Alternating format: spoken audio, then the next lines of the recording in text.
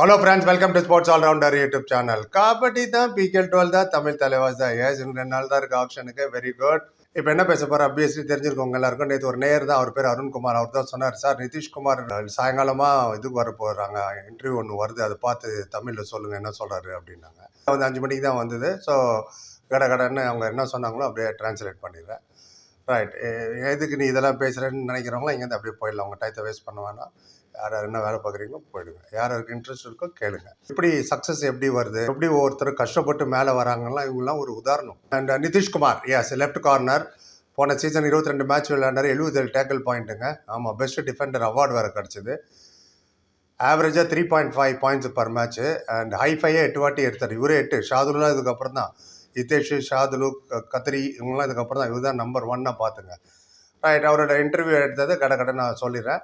எடுத்தோட சொன்னார், எஸ் நான் வந்து சிசார் கார் கிராமத்துலேருந்து வரேன், ஹரியானா ஸ்டேட்டில் அப்படின்னாரு. ஜாஸ்தி நான் கபடி விளையாண்டதில்லை சின்ன வயசில், எப்போதுமே கிரிக்கெட் தான் விளையாடுவோம். அவங்களாம் தெரியுமா, இந்தியா ஃபுல்லாகவே ஃபஸ்ட்டு கிரிக்கெட் தானே, அப்படி தான் நாங்கள் கிரிக்கெட் தான் விளையாடிட்டு இருந்தோம். अपरमा था जब स्कूल में थे तो दोस्त लोग कबड्डी खेलने जाते थे और उनके साथ मैं भी चला गया था. वो लोग कह रहे थे कि चल चल साथ में चल அப்படின்னாங்களாம். அது எதுக்கு ஹிந்தியில் சொல்கிறேன்னா, எப்படி அவரை மோட்டிவேட் பண்ணி கூப்பிட்டு போகிறாங்க பாருங்கள். அதுக்காக இது என்ன அர்த்தம்னா, எனக்கு அவ்வளோ இன்ட்ரெஸ்ட் இல்லை கபடியில், கிரிக்கெட்டாக விளையாடிட்டு இருப்பேன். ஆனால் ஸ்கூலில் சேர்ந்ததுக்கப்புறம் ஸ்கூலில் படிச்சுட்டு இருக்கும்போது என் ஃப்ரெண்ட்ஸ் எல்லாம் கபடி விளையாட போவாங்க. அவங்க கூட நானும் போகிறது உண்டு வேடிக்கை பார்க்க. அப்போ ஒரு வாட்டி தான் சொன்னாங்க, சல் சல் வா வா வா நீ விளையாடு, வா வா வா சாத்மே கேளோ, இன்னும் கையை பிடிச்சி இழுத்துட்டாங்க எங்கள் கூட விளையாடுன்னு. அப்படி தான் வந்து அப்போ எனக்கு 13 வயசுங்கிறாரு. 13 வயசு தான் அவருக்கு. அப்போ வந்து என்னை வந்து 40 கிலோகிராம் கேட்டகரி ஒன்று இருக்குது, அதில் சேர்த்து விட்டாங்க, நீ விளையாடு அப்படின்ட்டுன்னு. சரி, ஃபஸ்ட்டு மேட்ச் வேறு தோத்துட்டோம், வீட்டில் போனோன்னா தின்னா தோத்துட்டியாமே அப்படின்னு வர கிண்டலாக கேட்டாங்கன்னு தமாஷா சொன்னார். கடந்து வந்த பாதையை சொன்னார், எப்படி ஸ்டார்ட் பண்ண அவர் கேரியர்ன்னு.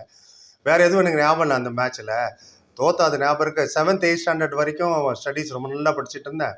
அதுக்கப்புறம் கபடி கேம் எப்படி என் லைஃப்பில் வந்ததோ படித்தேன். நல்லா ஓஹோன்லாம் இல்லை, ஆவரேஜ் ஸ்டூடெண்ட்டாக இருந்தேன், மார்க்ஸ் எடுப்பேன், பாஸ் ஆவேன். அண்ட் டீக் டாக் தான் அப்படின்னா ஓகே ரகம் தான் நான் படிச்சுட்டு இருந்தேன் அப்படின்னாரு படிப்பு பற்றி கேட்கும்போது. நீ எடுத்தோன்னே டிஃபெண்டர் ஆகணும்னு நினச்சிட்டியா அப்படின்னு கேட்டாங்க. சொன்னார், ஆமாம் நான் டிஃபெண்டர் ஆகணும்னு தான் நினச்சேன். அதுக்கு என்ன காரணம்னா, சுரேந்தர் நாடா சார் அவர் விளையாடுறதை நான் பார்த்துருக்கேன் நிறையா. அவரை மாதிரி வரணும்னு நான் நினச்சி பார்ப்பேன் எப்போதும். அவரு லெஃப்ட் கார்னர் தான். ஸோ மேபி பண்ணியா லெஃப்ட் கார்னர். ஸோ நானும் லெஃப்ட் கார்னர் ஆகிட்டேன்னு பெருமையாக சொன்னார். அப்புறம் கேட்டாங்க, சப்போர்ட் எப்படி வீட்டில் திட்டினாங்களா விட்டாங்களா அந்த மாதிரி கேட்டாங்க, யார் யார் சப்போர்ட் பண்ணாங்க. வீட்டில் மாரி தாதி தீ, அதான் பாட்டி, அம்மா, அப்பா, அண்ணன் எல்லாமே ஜாவ் கேலோ பவுத் சப்போர்ட் கியாங்க. போய் விளையாடு. நான்லாம் சின்ன வயசில் விளையாடுவோம், எங்கள் அப்பா தேங்காய் அடிப்பார் என் மண்டையில் விளையாட போகிற கிரிக்கெட்டுன்னு ராயப்பேட்டாவில். ஆமாம், அது ஒரு காலம். நான் சொல்கிறது 1970. இப்போ மாறிடுச்சு இல்லை உலகமே. எனிவே பேரண்ட்ஸே சொன்னாங்க போய் விளையாடுன்னு. அப்படி தான் நான் நல்லா என்கரேஜ் பண்ணாங்க வீட்டில். அதுக்கேற்ற மாதிரி எனக்கு ரமேஷ்குமார் சார் தான் ஃபஸ்ட்டு கோச்சு. அவர் போலீஸில் வேலை செஞ்சார்னு வேறு சொன்னார். ஆமாம், ஹரியானா போலீஸில் இருந்தார் அவர் தான் எனக்கு ட்ரைனிங் கொடுத்தாரு. பக்கத்து கிராமம் வேறு அவர்.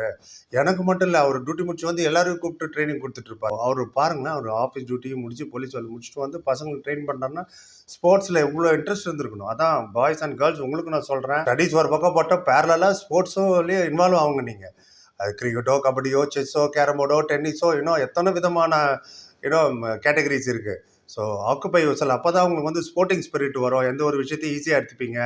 சக்ஸஸ்னா என்ன, ஃபெயிலியர்னா என்ன, சமநிலையில் வச்சு பார்ப்பீங்க. ஏன்னா சக்ஸஸை தூக்கி தலைமையில் வச்சுக்க மாட்டீங்க. அது ரொம்ப ரொம்ப முக்கியம். நான் எப்போது சொல்கிறேன், நோ ஷார்ட்கட் ஃபார் சக்ஸஸ். கடையில் போய் சக்ஸஸ் கூட வாங்க முடியாது. பாருங்க எவ்வளோ கஷ்டப்பட்டு மேலே வந்திருக்காங்கன்னு. எடுத்த உடனே நான் ஸ்டார்டிங் 7ல் இருக்கணும். நிறைய பேரோட அப்ரோச் அப்படி தான் என்ன கேட்குறது, இந்தியாவுக்கு சான்ஸ் கிடைக்குமா சார் எடுத்தோடனே. அப்போ நடுவில் இருந்த ரஞ்சி டிராஃபி, டொமஸ்டிக்கு, துலீப் டிராஃபி, சைத் முசாக்கில் யார் விளையாடுறது. படிப்படியாக தான் மேலே வரணும். நீங்கள் hard work will never fail. அதனால ஞாபகம் வச்சுங்க, டூ யுவர் டியூட்டி. பலனை எதிர்பார்க்காத, உங்கள் கடமையை செய், விளையாடுங்க. ஆட்டோமேட்டிக்காக உங்களுக்கு ஸ்போர்ட்ஸ் மேன் ஸ்பிரிட் வரும், எல்லாத்துலேயும் சக்சீட் ஆவீங்க. இது லைஃபுக்கே உதவுது. நானும் இந்த வயசில் இவ்வளோ பேசுகிறேன்னா, ஏன் சின்ன வயசில் ஸ்போர்ட்ஸ் அப்பா உக்கலாம் இந்த அடியெல்லாம் வாங்கிட்டு போய் விளையாடுவேன், கிரிக்கெட்டு, கபடிலாம் அப்படி வந்தது தான். எனிவே ரைட், நடுவில் கொஞ்சம் அட்வைஸ் பண்ணலாம், மோட்டிவேஷனாக சொல்லலாம் தான் அந்த பசங்களுக்கு. ரைட். கோச் வந்து என்னோட ரமேஷ் சார் வந்து ரொம்ப ஸ்ட்ரிக்ட்டு. நிறைய பசங்களை கோச் பண்ணது இல்லாமல் எங்களுக்கு திட்டுவார். அபிபி டாட்தே ஓமே இருக்கும்னாரு. அதாவது இப்போ கூட என்ன திட்டுவார், பார்த்தா ஏன் அந்த சரியாக டேக்கிள் பண்ணல, ஏன் அப்படி பண்ணலன்னு தமிழ் மேட்ச் பார்த்து ஒரு கேட்பாராம். ஸோ அந்த அளவுக்கு எங்கே 13 வயசில் கோச் பண்ணவர் இப்போ என்ன இருக்கும், 8-9 வருஷம் ஆயிடுச்சு, ஸ்டில் ஞாபகம் வச்சு கேட்குறாரு பாருங்களேன். அந்த கோய் பாத்னே இன்னும் சிரிச்சார் இவர். நம்ம நிதிஷ்குமார் திட்டுவார் அவர். நோ ப்ராப்ளம், என் நல்லதுக்கு தானே சொல்கிறாருன்னு. நான் நிறைய கற்றுக்கிட்டேன் டோர்னமெண்ட் விளையாடி தான். புது புது பிளேயர் கூட விளையாண்டேன். எதிரணியில் புது புது பிளேயர் வந்தாங்க. அது டோர்னமெண்ட் விளையாண்டதான் அதெல்லாம் கிடைக்கும். 4-5 மேட்சஸ் விளையாண்டதுக்கு அப்புறமாவே நான் இம்ப்ரூவ் ஆக ஆரம்பிச்சிட்டேன். एंकल होल्ड कैसे करना है, थई होल्ड कैसे करना है, उन लोगों को दिखता था मैं और सोचता भी था कि यार ऐसा मैं कर सकता क्या, थोड़ा சீக்கானார். அதாவது நான் உங்களோட ஆங்கிள் ஹோல்டு தை ஹோல்டு பண்ணுறதெல்லாம் எதிரணியில் பார்ப்பேன். அதெல்லாம் பார்த்துட்டு யோசிக்கிறது உண்டு, இது மாதிரி நம்மளாலையும் பண்ண முடியுமா அப்படின்னு என் மேலே கேட்டுப்பேன். ஏன் முடியாது நான் நினைப்பேன். அங்கே தான் நான் சொல்கிறது, உன்னால் முடியும் தம்பி. அவர் ஹிந்தியில் நினச்சிருக்காரு, மேபி கர் சக்தாவும். அப்படி தான் நான் வந்து கற்றுக்க ஆரம்பித்தேன் நிறையா அப்படின்னாரு. லோக்கல் டோர்னமெண்ட்டை பார்த்து என்னை மேனேஜ்மெண்ட்லேருந்து கூப்பிட்டாங்க என்வைபியா, அப்படி தான் ப்ரோ கபடி உள்ளே வந்தேன் அப்படின்னாரு. ஆமாம், தமிழ் தலைவாஸ் மகேந்திரா கார்ன்ற ஊரான். அங்கே நான் டோர்னமெண்ட் விளையாடிட்டு இருந்தேன். அங்கே நல்ல நல்ல பெரிய பெரிய பிளேயர்லாம் வந்தாங்க. அந்த டீமை நாங்கள் ஜெயிச்சிட்டோம். அதை பார்த்துட்டாங்க, அங்கே பார்த்துட்டு தான் என்னை கூப்பிட்டாங்கன்னு. அவர் விளையாண்ட டீம் பேர் சொன்னார். யார் யார் தெரியுமா இருந்திருக்காங்க ஒரு டீமுக்கு எதிராக. இவருக்கு அப்போ 18 வயசு தான். நான் எதிராக வந்தது யார், சச்சின் தன்வர். இங்கே இல்லை, அங்கேயும் உள்ள போயிருக்காரா, அங்கே போயிருக்காரு. அப்போ ஜோக்ஸ் அப்பார்ட், சச்சின் தன்வர், குமான் சிங், விகாஸ் கண்டோலா, சுனில் குமார், பர்வேஸ் பன்ஸ்வால் இவங்களா இருந்தாங்களா அந்த டீமில். அந்த டீம்கிட்ட இந்த பையன் ஜெயிச்சிட்டாப்புல. அதை பார்த்ததுக்கு அப்புறம் தான் அவரை சைன் பண்ணலாம் அப்படின்னு நாங்கள் அந்த டீமை தோக்கடிச்சோன்னா ஊரே பேச ஆரம்பிச்சாரு. இந்த டீம் ஜெயிச்சிங்களாமா, எப்படி இதுன்ட்டு. அப்புறம் ஃபோன் பண்ணாங்க, சைன் கர்னா क्या खेलोगे क्या पूछ रहे थे और मैंने कहा हाँ क्यों नहीं खेलेंगे. அதாவது இப்போ கேட்டாங்க, சைன் பண்ணுறேன், கான்ட்ராக்ட் சைன் பண்ணுறியா, விளையாடுறியா கேட்டாங்க.